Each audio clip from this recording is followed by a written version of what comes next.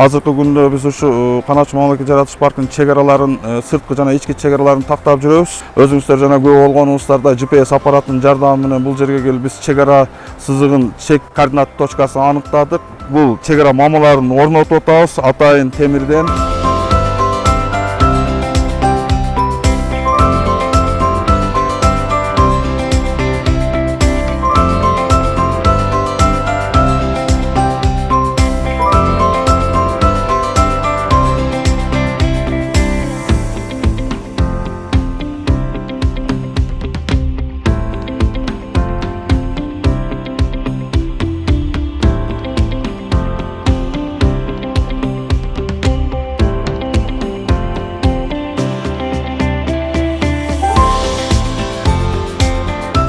Ресурс боюнча Алатай мамлекеттик жаратылыш паркы 2016-жылы түзүлгөн жылдан баштап иш башталган. Анда толук биздин Алатай мамлекеттик жаратылыш паркында границалар чектешкен жерлер толук камдуу аткарылган.